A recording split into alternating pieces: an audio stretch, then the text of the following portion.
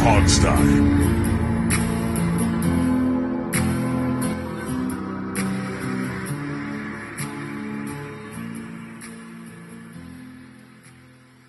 Hey everybody, and welcome to the Hogsty. It is your host, your co-host. It is preseason week 1 week. I don't know if we should celebrate that or what. I don't know what it's not a name. You just said it. It's a name. It's preseason week 1. It's preseason week 1. And Washington is going to get ready to take on the Jets, which is, it's exciting. It's football. It's not, it's not exciting football, but it's football. No, it's not exciting football. But we got a lot to talk about with the preseason coming up. I went to training camp this last weekend. Did you have credentials? I did not have credentials. I wonder why that is. Yeah, I don't know.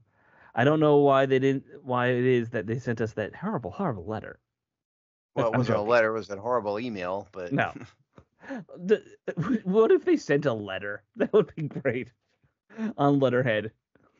I tried to explain to them that we aren't just a podcast. Right. And they did not answer. They just said no. Yeah, give them about 5 years to loosen up. We'll be. This is what happened the first time, though, Dave. You weren't around in the beginning. This is exactly what happened. I'll worm our way back in. Then we'll say something bad about Josh Harris, and then we'll get kicked out again. I won't say anything bad about Josh Harris. He seems like a nice guy. For now. Listen, man, the abyss he'd have to travel down to. That's true. To talk that bad about him now, I don't think so. Right. How far would he have to fall to get down to the level of the tiny tyrant? Let's see. Well below the Mariana Trench. I mean, Dan Snyder did draw out a very nice map of how to become a terrible person. I think he always was a terrible person. We just didn't know it. But if you're like, all right, I'm going to just go beat up some orphans, then you might, surpass Dan Snyder directly. Maybe, yeah. Dan Snyder couldn't beat up orphans, though. He was so small. He looks like an orphan himself. Yeah. Listen, he is the guy that exemplifies a Napoleon complex that I get accused of having every day just because I'm short. Well, I mean, you're 4'8", so. Yeah, but he's 4'5". Yeah. Is he, though? I'm a monster next to him. What are you talking about? You ever wonder what he's Dave doing shorter now? every show, by the way. I know. Well, he shrunk, Yeah. And I am 50, so I had a whole osteoporosis thing. You know what I mean? So hey. By the way, when I went to get my haircut last week, my barber Mauricio, the one who's going to go with me to the preseason game, that since Dave doesn't want to go, he was like, "Is Dave really that short?" And I'm like, "I mean, I take his word for it." He doesn't realize, but Mauricio, it's a joke. Okay? Yeah. He doesn't realize that we're doing this online. I don't really know how tall you are. I don't think people don't realize half the junk I say on this is just me babbling nonsense. Oh yeah. And besides, all my furniture is half the size around me, so it makes me look bigger than I really am. So nobody really knows your cameras, if I'm really short or not. Your camera is kind of aimed up at your head, I gotta say. Right. See? Right. And unfortunately, you get that big glare off my bald spot. I think you really are 4'8", is what I think. No, I'll go with what that. That's fine. Huh? I'm 5'6" is what I really am. Oh, okay. So a relatively normal height. Liar. It's just sad that I'm the tallest guy on here at 5'11". Listen, we're not athletes. No one ever said we're not. We're large, because Sean Conti was short. Actually, I mean, we had Robbie Duncan though. Robbie was a big dude. Robbie was. He was a legitimate. Yeah. D1 lineman. Yes. Right. Yeah. He thinned out, but yeah. And who was the other guy? The other lineman we had? I can't remember his name. Oh, why am I blanking too? The guy who played for Tech. He was. I think he might have been bigger than Robbie. I think Robbie is 6'4", maybe. Yeah. But that. I'm gonna say Robbie's 6'4". I met Robbie enough times to say I think he's about 6'4". Yeah. Maybe 6'3 and a half. So it makes up for me and Sean Conti and me, Dave and Yeah, right. You're a little taller though. Adam, that was the other guy. Adam Taraski, that was it. Yeah. Good dude. Good dude. Couldn't keep to the schedule, but good dude. We've had a lot of people that couldn't keep to the schedule. He's not unique. Yes. All right. So let me tell you, I did go to camp, like I said, on Sunday. I'm gonna give you some quick pros and quick cons. Pro, really like that they are kind. I first didn't like the whole we're gonna give out tickets to limit space, but it meant people could park at the facility and you didn't have to like take a shuttle. So that was nice. Like you got in and out much quicker. The free swag.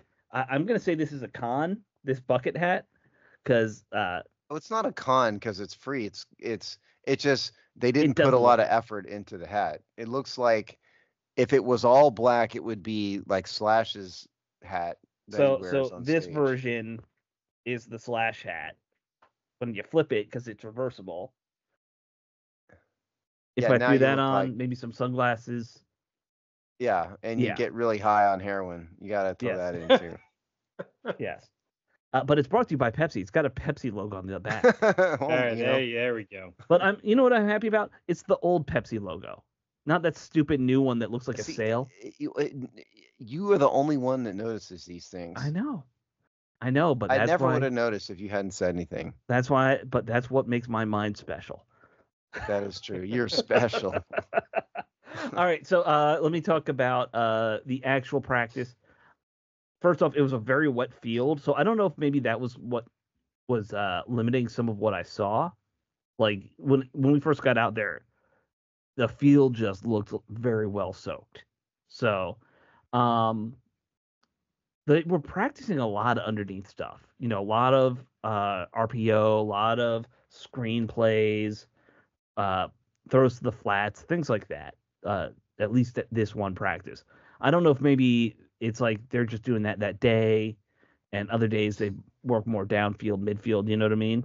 Well, one thing I like to ask is, what was the division of labor on the quarterback front?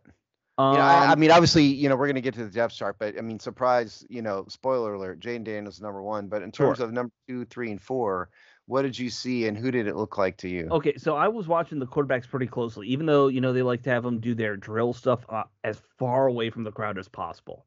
I didn't know that, but okay. Oh yeah, okay. So they have 3 or 2 fields next to each other, and then they have a third one.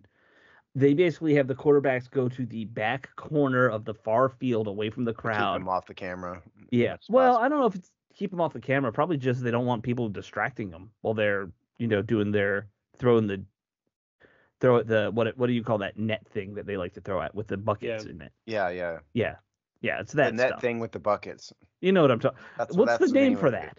It's called the net thing with the buckets. Okay, we're just gonna call it that. All right. Yeah. So they're throwing it. I think his name is George. That thing is George. Oh, that's George. All right, so they're throwing it at George. That was a pretty even rotation of all 4 quarterbacks because you got Driscoll there, who we all forget about. You got Sam, you got Jayden Daniels, and then you got Marcus Mariota. So they're just doing a rotation for that drill. Well, I mean, stuff. and obviously, like Mariota's number 2, but what I'm interested in is like the battle for 3. And so, were you able to discern anything? So that's where it's interesting. When I think the real focus would be when they're doing the 11 on 11s, right? And there, it was literally Jayden does a drive, Mariota does a drive. Jayden, Mariota, back and forth. And they probably got like 5 in each. Mm-hmm. They didn't do any that I noticed with Hartman or with Jeff Driscoll.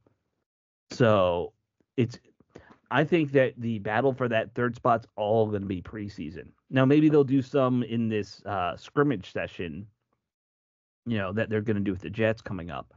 But my gut tells me that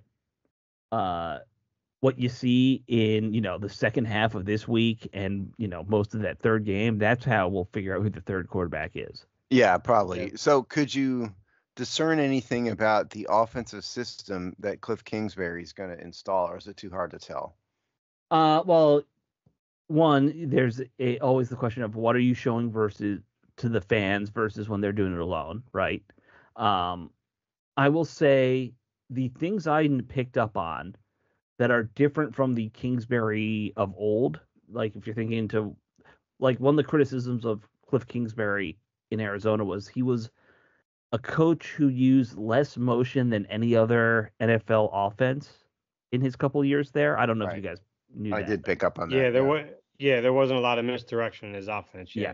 Yeah, I saw a lot of that in these drills. Now it could be, like I said, they're doing a lot of, hey, let's set up a screen, let's set up a read option, let's set up, that kind of stuff. And when you're doing those kind of plays, you tend to have more pre-snap motion, I feel like. Because you're trying to if it's a screen, you need to do motion so that your quarterback knows, is this man or zone, right? So Right. it just makes sense to do it for those kind of plays. But that said, who knows? Maybe he's learned his lesson. Maybe he said, "Oh, that was a flaw in my game. I should adjust." Because Kingsbury, by all accounts, is a very smart OC in that regard. Right. In that he adapts pretty But you quickly. couldn't really tell though based on practice. Oh no, you can't. I don't think you can. I don't think we'll know based on preseason. If Probably he's smart, not. he will show no motion in preseason. Just have it be as vanilla and boring as possible. 3 runs up the A gap and I a know, screen. but I mean, we're here to see what you saw. That was No, and the things I saw that excited me, especially about the offense, that mobility of Jaden Daniels is legit. Like, it reminds me of when I would see RG3 at training camp in terms of his ability to get downfield when he's running. He's quick. He actually does remind me a little bit of RG3 in terms of runner, because I don't necessarily think either one of them were the greatest in the world on cuts. No. Daniels is better than Griffin, but yeah, but neither one of them are great at it. No. Like Lamar Jackson is really great at that. Right. But Daniels, I didn't think was so much. Right. Well, the one thing I noticed with Daniels between RG3 is that RG3 was a guy, he didn't take a lot of great angles when he ran. He kind of rounded them off more, and he was just more of a straight line runner. Mm-hmm. That's what I'm talking about. Yeah. Yeah. Daniels knows how to kind of find where that angle is. He takes that angle and he gets downfield a lot faster. Better. Yeah. He's a little better.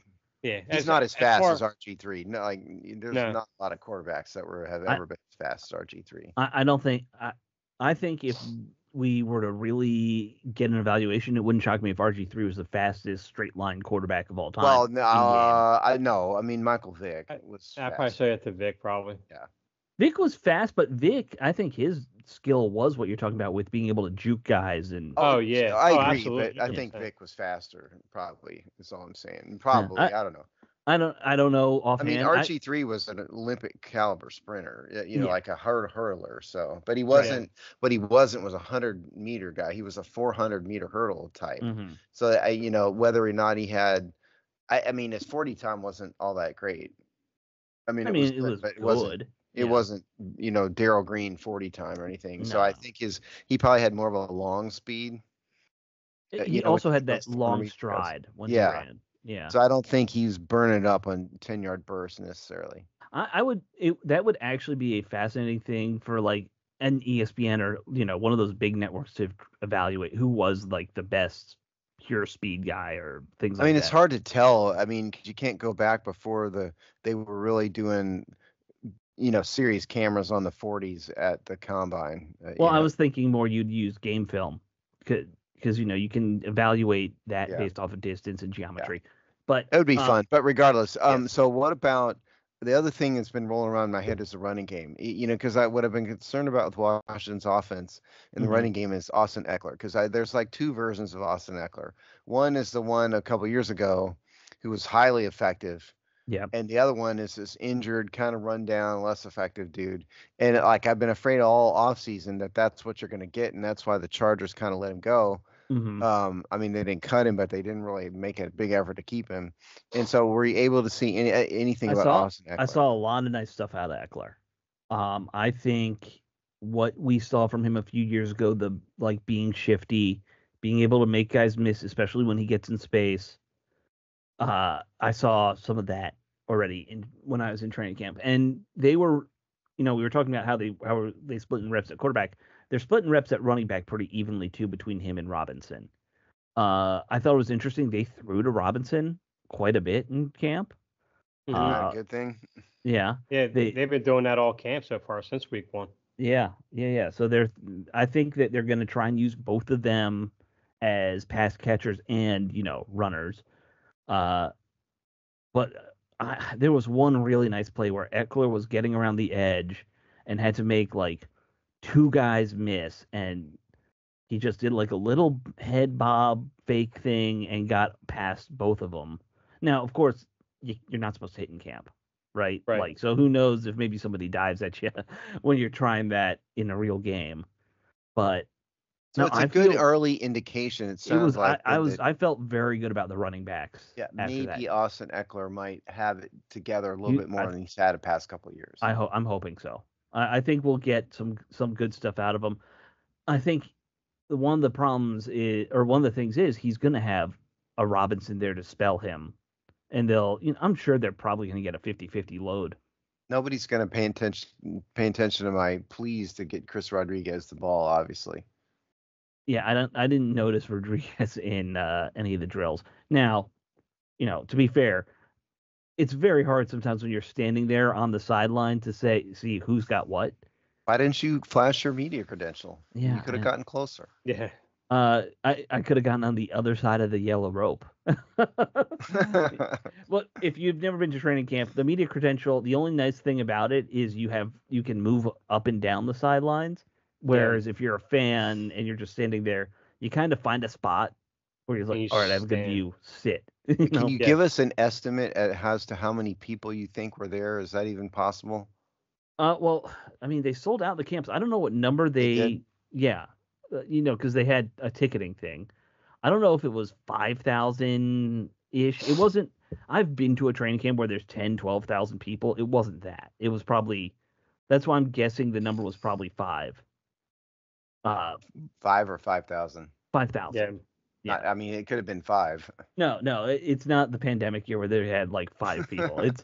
I'm just wondering. Yeah, I think I would guess it might have been lower. Sometimes it's tough to see. All right, who's like behind me? They do set up stands, which is nice, bleachers for people if you're part of the like season ticket groups or all that kind of stuff. Dave Earl would be one of the privileged ones then. Yes, I stood in the mud with the common man. So what other observations really stuck out for you? Well, let me ask this. Like, I know one thing that I've been hearing a lot about with the and when I talked about my column was a receiver group. I mean, we know McLaurin and Dotson. We know that. De'Ami Brown's having another really good camp, but that's like every year, so I'm not really sold on that. But I've been hearing a lot on Zaccheaus and Tinsley, especially Tinsley, because one of his biggest weaknesses was his actual in and out of cuts for routes and everything, but he's been a lot more crisp apparently, and he's been looking a lot more like a number 4, number 5 type of receiver for this roster from what I've been hearing. Right. Have you seen any of that? So receiver group in general. Well, like I said earlier, they didn't do a lot of downfield stuff. There was one really nice downfield pass from Daniels to Jahan Dotson. Right. And I mean, it was a perfect, like, right over the shoulder as he's, running towards the sideline, 30 yards downfield type play. Only where he could get it. And Dotson was well covered. Like, it was not an easy throw. But most of the stuff was short dink and dunk. The guy who stood out to me, though, honestly, was Pringle, who they had just brought in, 2 days before that, Friday, when I was at Camp Sunday. I think that's what. Or did Pringle come in? No. I guess we talked about him getting signed. Yeah. So it would have been Wednesday. But Pringle really stood out to me as, I think, I won't be shocked if he's your starting returner. I won't be shocked if he's your 4th receiver. I think he practices with a lot more energy than some of these younger guys and some of the other guys that I saw. So he impressed me. McCaffrey, I don't think they maybe completed one pass to him in one of the drives. He worked hard, when they're doing the drills. I noticed he was, running hard and stuff like that. But I mean, he's not just going to walk in and get awarded, major major playing same with time. all these guys, right? Yeah. But I did get a bunch of photos, as you guys know. I went and bought a real camera finally, so we have decent photos for the website again. They're not just snaps from a cell phone camera. No, exactly. We'll get some. We'll get them up. We'll figure out what to do with them. I put a couple of them up for my. Right. We'll pepper them into columns. Actually, I was gonna put that column off to next week, so I forgot those pictures haven't even been up yet. So yeah, of one of our new guys. The one thing I didn't get a good view of was the defense, just because I was standing in I was kind of standing by like the far end zone or the right end zone, and if the one closer to the practice facility, that's where the defense was. So like I just didn't get a good view of the defense doing anything, which was unfortunate. But the kicking battle was also very exciting. Both kickers missed one field goal, so no determination there, sadly. It was wild to see the kick return, the new kick return rules. Watching it from down there, and again, guys won't hit each other, but I expect we'll see some good kick returns. What the kick return rules seem to do, it limits the ability of both sides, but especially the kicking team, to really get ahead of steam and run. And it kind of basically shrinks the field of opportunity, if you will, for lack of a better term. And so I think it's going to probably lead to fewer really explosive plays on kickoffs. It'll lead to more kickoffs and a lot fewer, dramatically fewer touchbacks, but I don't think there's going to be a ton of like really long returns as a result. So the way it kind of worked out in the XFL when they did it. All right, you have a lot of returns as opposed to the NFL where everything was just getting, through the end zone. Most of them got stopped, but if you made it through, because everyone's lined up in a single wall, if the returner made it past that wall, he was gone. Like, there were a lot of plays where that guy was getting 50, 60 yards downfield because everyone was now behind him. But that's quickly. Also the XFL, though. True. Talent levels play a big part in this. But we'll see. We'll see how it works out in the NFL. And by the way, there is a whole article on our website about the kick return rules for those who don't understand. Yeah, no one from Tampa wrote a really good column about it. He came to me about it last week, and I thought, man, that's a great idea because nobody with photos and everything. It. Yeah. I think this would be an opportunity to bring back Dante Hall was the returner for the Chiefs back then. Mm-hmm. It wasn't just simply catch, run, boom, and that was it. They literally had like designed plays, it almost seemed like at the time, with Dante Hall, and it worked great for him. I mean, he was really electric for like 2-3 years. I could see something like that is what's going to take the most advantage of these kickoff return rules. You can't it's just simply feeling it and going. It's not going to always be very effective, obviously. So you bring up a good point, and something I did observe, and I didn't want to write it down because I didn't know, I know I'm weird about special teams, but I noticed before every kickoff that they were practicing, and they do 10 in a row, before every one, the special teams coach was getting all the guys back together in a huddle, talking to them. I assume this is what we're gonna try on this return. Guys don't get in a huddle before a kickoff. Well, they do. They just don't show it.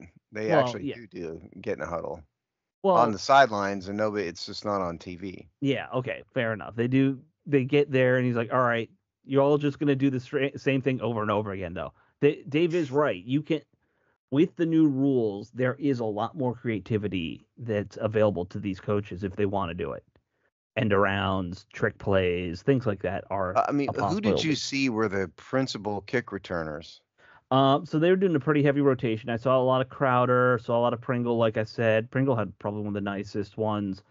I saw they did have Forbes back there at least once that I noticed. Got to find something useful that man can do. Yeah. Well, it's tricky because Pringle and Forbes are both wearing 13, and at first I saw Forbes is the skinny guy. Yeah, but at first I saw Pringle run out there, and I was like, man, he did put on weight, and I was like, oh no, wait. I think it's very unfortunate to be named after a potato chip. Yeah, but he's when he pops in the return game, the Pringles are popping. Once he pops, the fun don't stop. Yeah. So I saw a lot of them. There was a couple of the lower end corners on the roster. You see those numbers in like the 20s that you don't recognize. And you're like, all right, do I have to pull up the roster while I'm here to figure out who all these guys are? Which is on our website. It is on our website, but cell service out in Ashburn ain't that great. So which is weird, but not really. It's pretty far out. Not that far out. And yeah, I you're know a city boy, Alex. You got. I mean, it's you're not in the middle of sub-Saharan Africa. It's the DC suburbs. Yeah. It's the server farms is what Alex it is a person who would never leave downtown if he didn't have to. Absolutely. That's where all the stuff is. Who would never go downtown if I didn't have to. Yeah, it's where all the fun stuff is. Although no, I live in the DC suburbs technically, the suburbs of the city. You're a urban guy though. I am absolutely an urban guy. I have grass though at my house. Barely. Yeah, 2 steps you're off. It's 12 feet by 10 feet, I think, of grass. Yeah. So I mean, I thought it was overall interesting. It was good to see. I think they are definitely playing with a lot more intensity and practicing with more intensity. And it was nice to see. You didn't see Dan Quinn like as the center focus for a lot of the coaching, which I thought was interesting. He really lets his guys, his other coaches, get in there and lead. That's something I picked up on. Yeah. I mean, is that different than the prior years, though? I felt differently about it when it was Rivera, yeah, and when even Jay. I think when Jay Gruden was there coaching, he was the loudest guy in the center of when they're doing the 11-on-11s, he's yelling at everybody. I think Dan Quinn was letting other people kind of do a lot.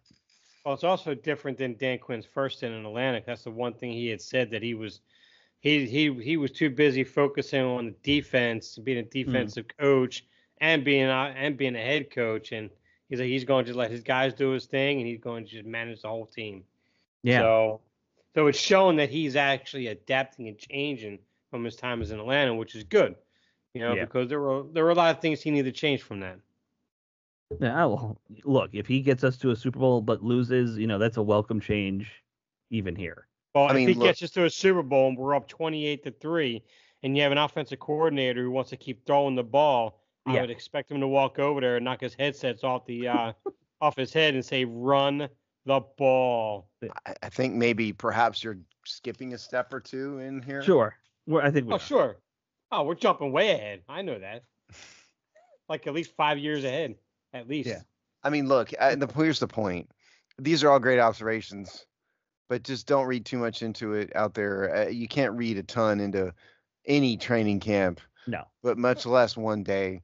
It's the stuff that Alex saw, which is a small indicator. Just like everybody out there, for you like Twitter fiends out there, like Twitter junkies, or what's X now.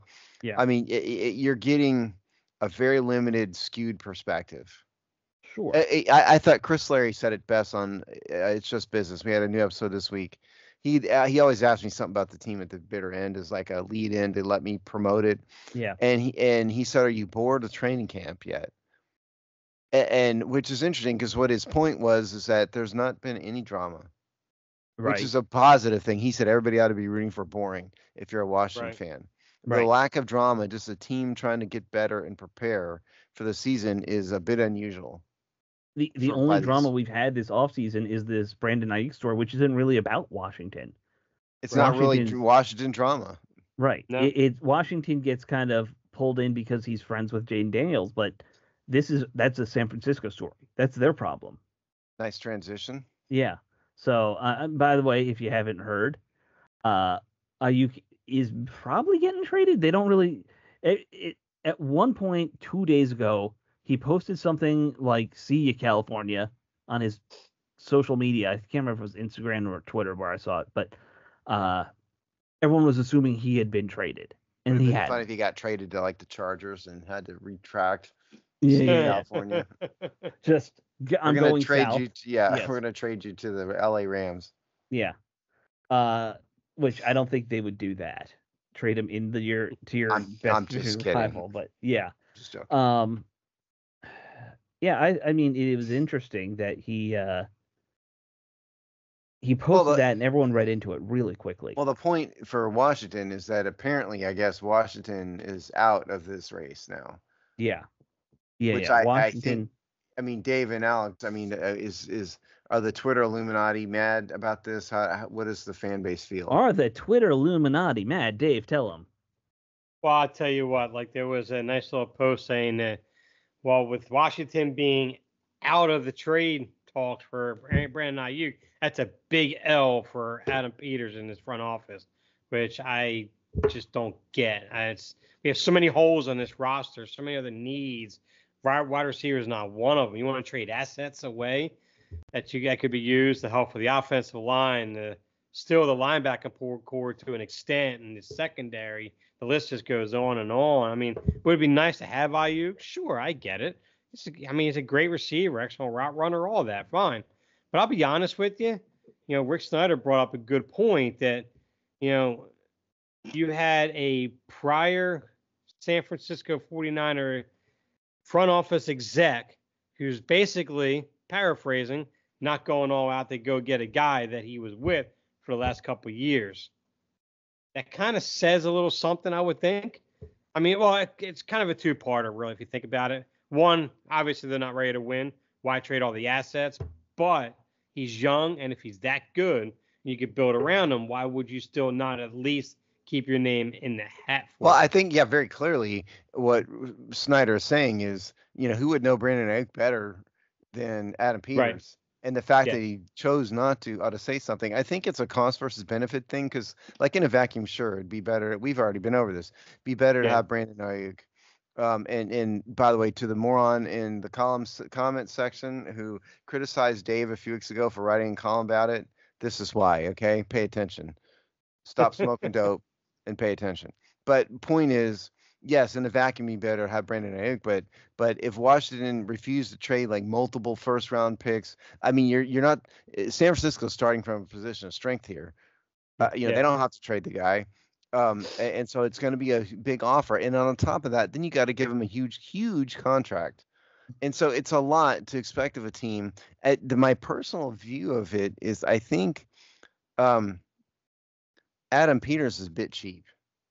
If you wanted me to be honest, he doesn't seem to like paying a lot of money for players. I mean, look at how much cap space this team has. Over $36 million in cap space.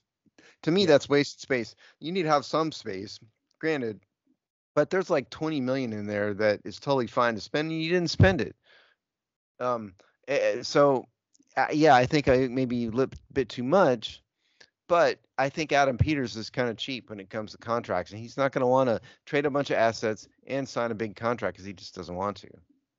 I mean, I don't know if I am with you on the cheap part. I think I could also see the strategy of he's wanting to load up and save a bunch of money in stockpile next year when after he's got his quarterback, he knows what he wants to build around. Maybe. I'm hoping that's the case. If he doesn't, then you're right, and he's just a cheapskate. But now, I think another thing to piggyback off of that a bit too is that now he's finally got his complete staff in the front office intact in terms of I mean now he has guys out there looking for I'm looking for guys that I know Adam Peters wants and what Dan Quinn wants for this team, as opposed to you still had a bunch of holdovers from the Ron Rivera era. So this season, I'm hoping anyways is more of a go get our quarterback and hopefully some of these other pieces fit in the mold next year, hit the ground running and really get this team going. I mean, that's a good point. I didn't even consider it. Like, his evaluators haven't been there. Like, the evaluations he worked with most this offseason were previous administration guys. That I didn't. That's possible. I think that's a good point. For sure. It could be some of it. Maybe he didn't want to rock the boat too much in year one with kind of half of his staff here, whatever. But I don't know. I mean, they just didn't pursue big time free agents. And granted, I think if a team is going to get Brandon Ayuk, you're going to pay $30 million a year and trade, significant draft assets away. You kind of have to be on the cusp to want to pull that off, want to do that. And Washington just isn't there yet. I mean, I realize there's a bunch of homers out there, but I mean, sorry to break it to you, but Washington is a growing team. They're not there. And so that might not be the right move for a team like that. Well, and also keep in mind too, if you look at San Francisco, they didn't do anything real big in terms of free agent signings and trades until they were at a point where they were ready to get up over that hump. So what did they do? They traded for Christian McCaffrey and they extended him. They traded for where they basically just stole Trent Williams and they extended him. So they were at a point. Okay, now we're ready to make that push That's forward. Kind of what I'm saying. Let's go get them. Yeah. That's kind of what I'm saying. You gotta. I mean, I think the most intelligent philosophy about team building is you do have to build from the draft and get your principal pieces from the draft. I'm not a believer the Packers never signed anybody in free agency in years past. I'm not really a believer in that, but I think the principal piece have to come from the draft. And Washington just isn't there yet. Yeah. I would also make an argument that maybe all right, so I just pulled up who are the top free agents from this year. It could be this is just a random website. Their top 10 guys are all over 30. Maybe there's that mentality of we are building a young team, getting signing a bunch of 30-year-olds is not conducive to what we want to do. That could be part of it too. There's so many little factors that we have to take into consideration. When you talk about team building. I should say one guy, Adoree Jackson, the cornerback for the Giants listed here, he's 28, so he's under 30. Right. So maybe that is one. Well, Brandon Ayuk is 26, so yeah, there's a couple, but would qualify as young. Yes, 26 is the ideal age for anyone you want to sign in free agency. Not 25. Well, it depends on, I guess, what year they came out, right? What if it's 25 in 4 months? Okay, all right, 25 in 4 months. What if it's is he over the hill if he's at 27? 27 in 3 months, yes. Okay, not 2 months though. Yeah, 3 months. Running back sometimes. It's just like 26 number. Is the exactly right year. That is the year, 26. Well, okay, NFL players hit their quote unquote prime usually around 28 for a lot of guys. So 26. I thought it was 28 in 6 months. Yeah, it's 28 in 6 days. See, you're gonna force me to do some weird column about peak performance, right? I'm not forcing you to do anything, Steve. I'm not the one who's going to strong arm you into writing a weird column and looking up random data. Spend a month of doing data.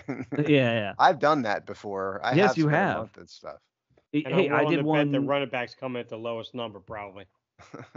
Yeah, I did one last week, technically, or I wrote one. I don't know if we've published it yet. Did we publish that thing I wrote? Yeah, I published it today.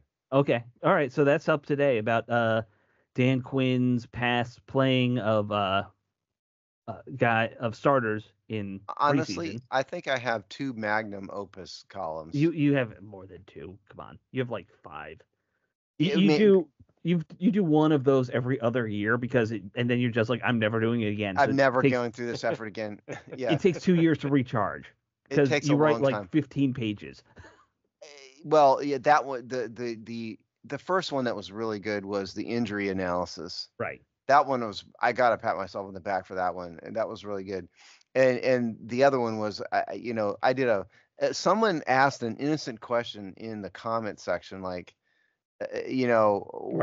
Something about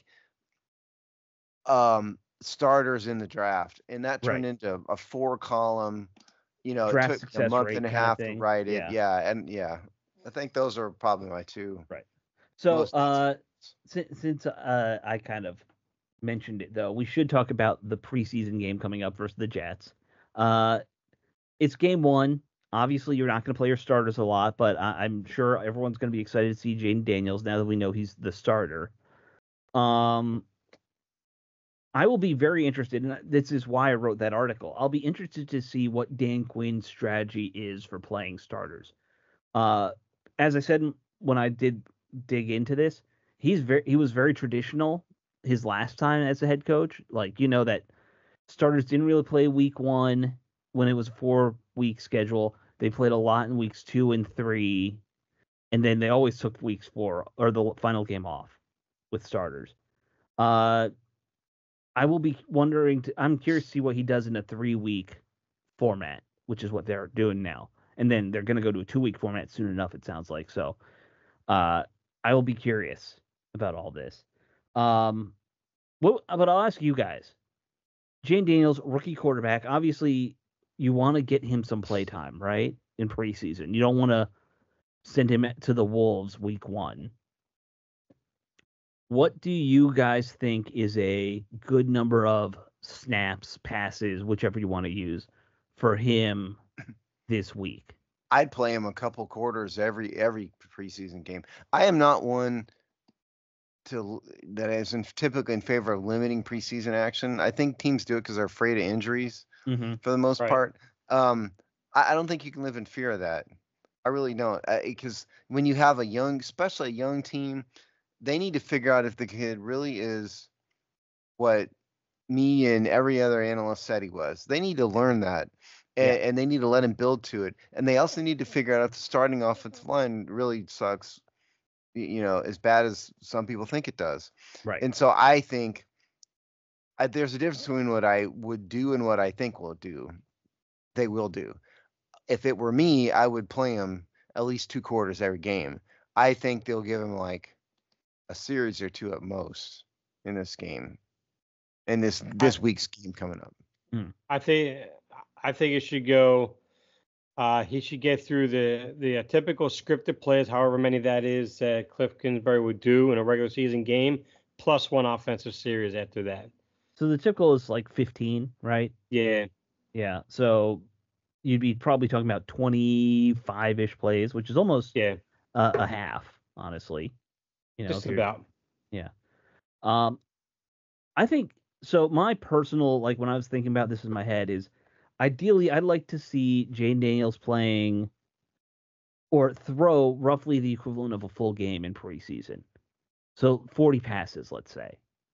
I don't know how long it would take him to get there, like how many drives, but that would be my target goal if I were the team.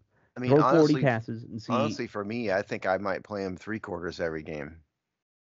You're just trying to be silly now. No, I'm not. No, I'm not at all. I think they need to play these people. I do think they need to play them. I don't think. Actually, I wouldn't go 3 quarters, because when you get in that third quarter, now you're getting guys in that defense that are headhunting, trying to find a roster spot on here, taking just shots they shouldn't be taking, unfortunately. And you don't want to put Jaden Daniels in front of that. Against their first, maybe second team, I get that. When you get down to that third team defense, man, they're just trying to make that play to make that roster spot. So I think that's where I draw the line anyway. To that. It's fair enough. Reasonable disagreement. Yeah. I mean, you're certainly more on the side of the right than I am in accordance to traditional NFL theory and thought, for sure. But none of us are in the Sean McVay rest all your starters bandwagon. No. Or the Ron Rivera rest all your starters bandwagon. Yeah. Ron hardly barely played his starters. Right. Yeah. Yeah. He was in that too. You're right. The only guys who I might want to sit out, like, obviously not zero, but like you put Terry McLaurin out there for a series or 2 this week. It's Terry McLaurin. I trust he's going to be ready. I'm trusting that Jaden Daniels can build a rapport with him in camps. But I mean, why do you trust? Yes, I agree with you in the first part. He's going to be ready. He's Terry McLaurin, but it takes time to build a rapport. It does. No, I don't disagree. That's really what I'm talking about. I mean, this is not a seasoned offense with a veteran quarterback and an offensive line that knows what they're doing. This is a young quarterback with a couple of young receivers who's trying to build. Mm-hmm. So I'm obviously the extreme minority, even amongst us here, and probably generally, but I'd play them all as much as possible. Now I will say, as long as Jaden's out there, you got to have your best line out there. Without saying, absolutely. Like, you can rotate out receivers a lot more. Like, I don't care about that as much, but you protect that boy. Yes, absolutely. I don't think they're going to go more than a couple series. So in reality, no, probably not. My guess is he plays probably closer to like 10 to 15 snaps total, and then he's done. If they go 3 and out, they'll probably go back out there. We've seen that with lots of these young quarterbacks in the past. I think game 2 you'll see more of Jaden Daniels in this one probably anyway. Oh yeah. Game 2 is the one where you'll see the most of them, and then I'd be shocked if any of the key guys are playing game 3. Why don't you think they'll dress? Yeah, exactly. I mean, the typical standard for people who don't realize it is typically the players that have guaranteed roster spots don't dress. Right.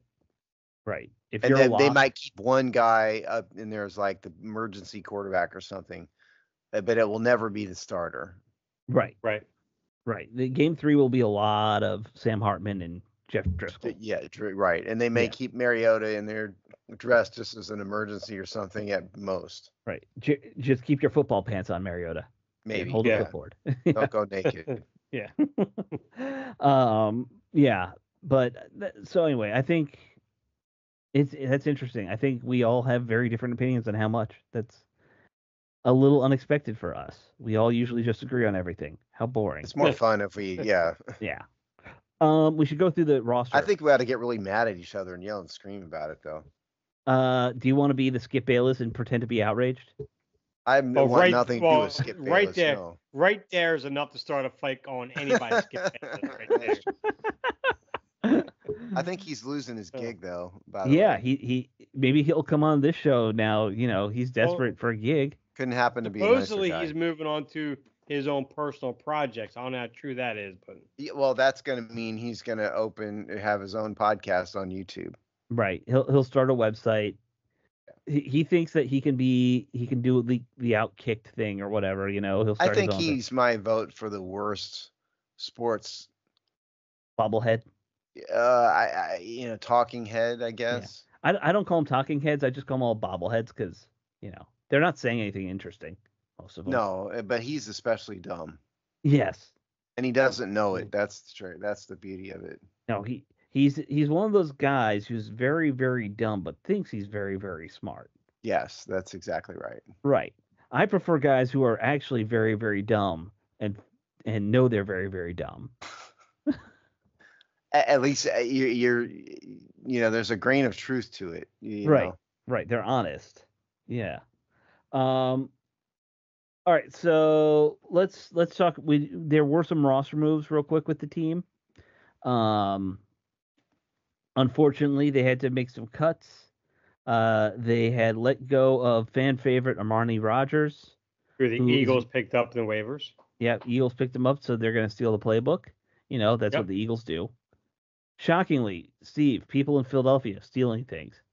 Can you imagine? I mean, it's they can't help but steal things. It's ingrained in their blood. Philadelphia steal things. Yes. I don't know what you're talking about. Kensington is a paradise over here. You stole my wallet when I was with you in, Philadelphia. What are you talking about? Everybody in Philadelphia steals.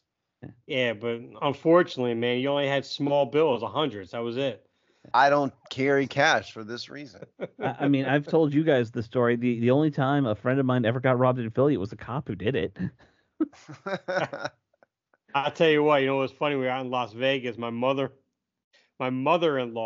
she was on the bus with my wife, and it was a pickpocket that grabbed her little wallet, right? And she knows who was gone, and she told the bus driver, "Nobody's getting off this bus. Everyone's staying on." She's livid, just young. Like, "Don't you open them doors. I'm checking everybody," yelling at everybody. It's just like, oh my God. Did she get her wallet back? No, she did not. She had to cancel all her cards and everything. Oh. So after all of that, and you know what? The crazy part is that if it was today, she would have gone viral on social media. But we're talking way back when, man. Yeah. Unfortunately, missed opportunity. I don't know if it would have been good for her or bad for her if that went viral. Karen. Yeah. Yeah, going viral is never good for anybody. No.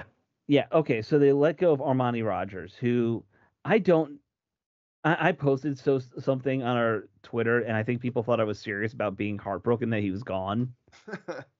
Read the room, people. Dude, I mean, I get why people thought they were excited by him because he was very athletic when we saw him in preseason.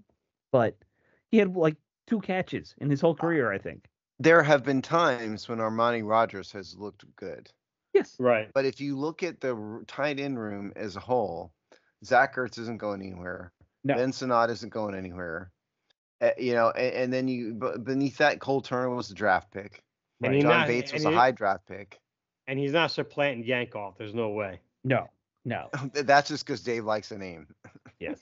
Well, I mean, so by the way, if you go to Twitter, I did post, I did a fun little color-coded depth chart based off of the original depth chart where I did it based off of what coach drafted these guys or coaching regime. Yeah, I'm not shocked Rodgers. He was listed on that depth chart as the 4th best tight end at the time, which shows you how much they really value that depth chart because Cole Turner and Yankoff were behind him, yet they released Rodgers.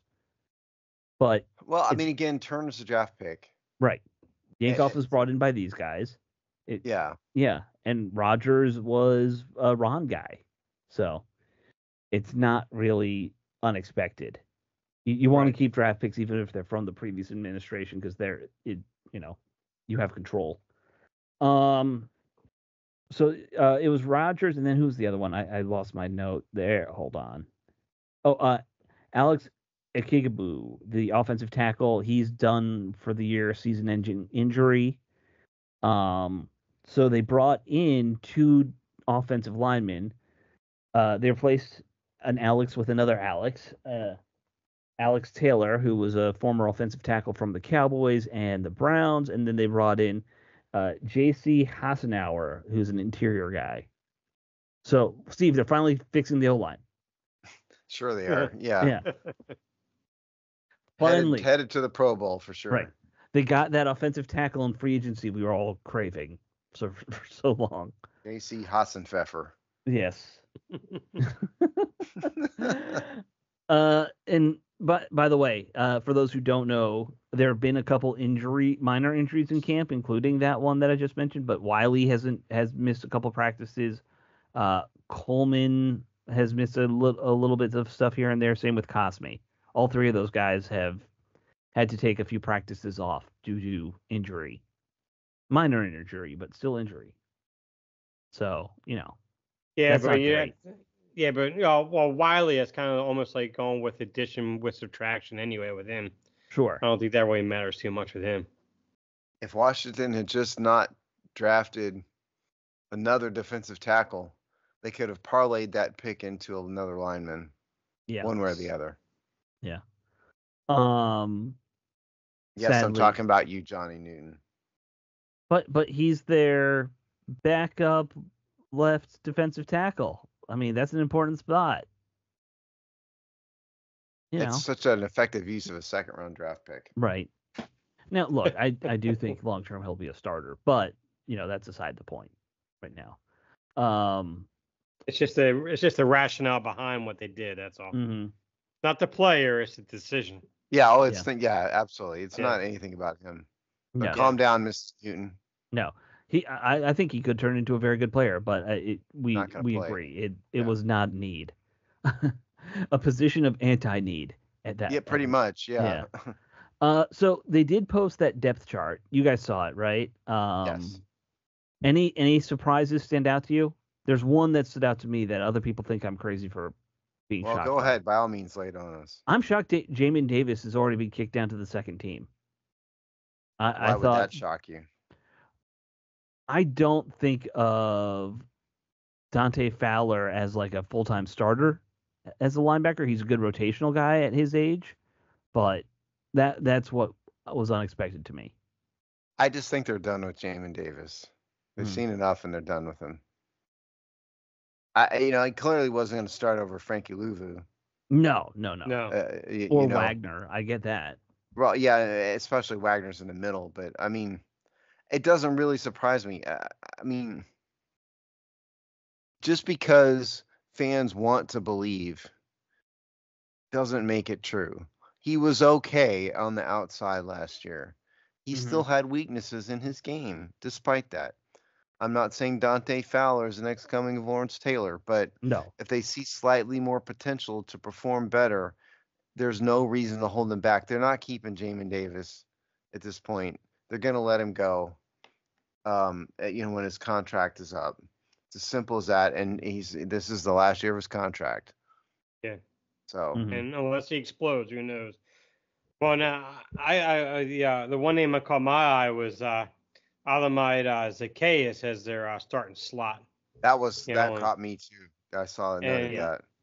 And that's a guy right there who I think that everyone needs to keep their eye on. So I've been talking about him for the last couple of weeks. Mm-hmm. I mean, he's a guy I think ultimately ends up not only just making the roster, but I think he actually gets more playing time than your Luke McCaffrey. And I think he actually is going to be a pretty decent starter for them, especially on a special teams side. But we'll see. I was really surprised at that. And I was surprised in particularly with what you just said, which is he got that over McCaffrey. Yep. So I'm because I mean, don't forget McCaffrey's a 3rd round pick. Zacchaeus is an undrafted free agent veteran.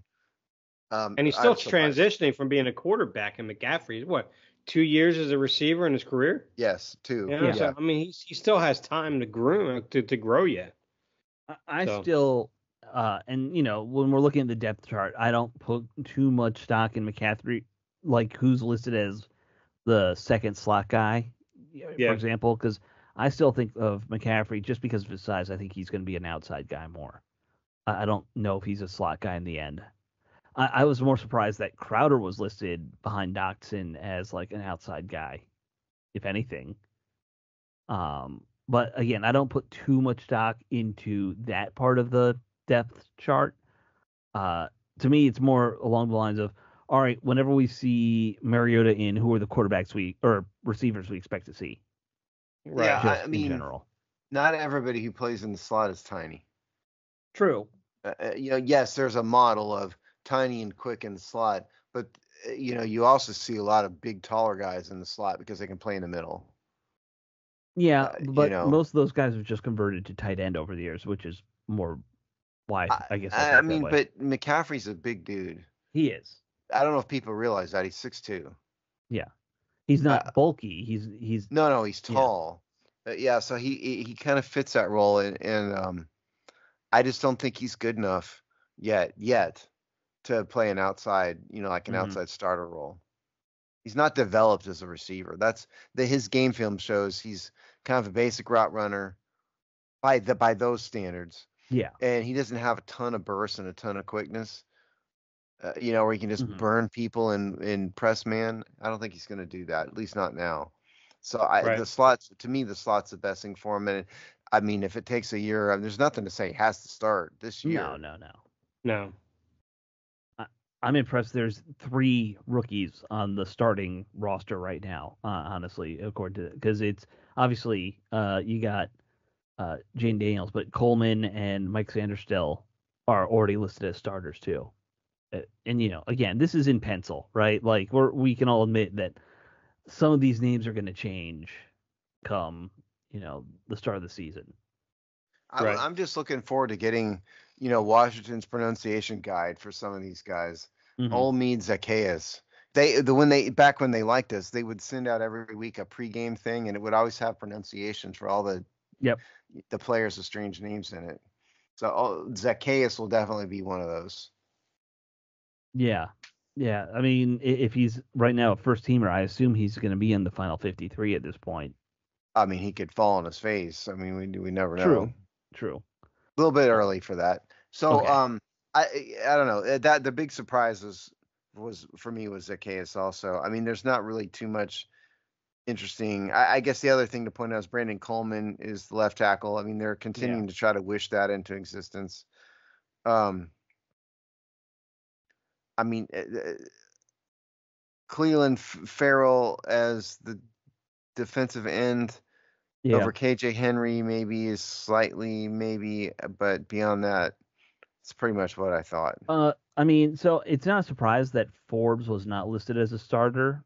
I guess the real question is, where is he our dime cornerback at this point? I don't think so. What do you think? I don't think he's going to be a starter.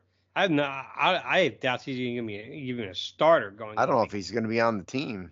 And I don't think he's going to be a starter. But right now they're listing him with the second guys. I'm wondering, is he at best a dime corner? Are we just accepting Maybe. that? Yeah. Quite possible, yeah. The only reason I think he makes a team, Steve, is you know the contract stuff with these rookies. It's Yeah, cutting I them know. this I'm early. just being negative. I mean, you can't cut him. Yeah. Yeah. But I mean, I think he's gonna end up being a bust.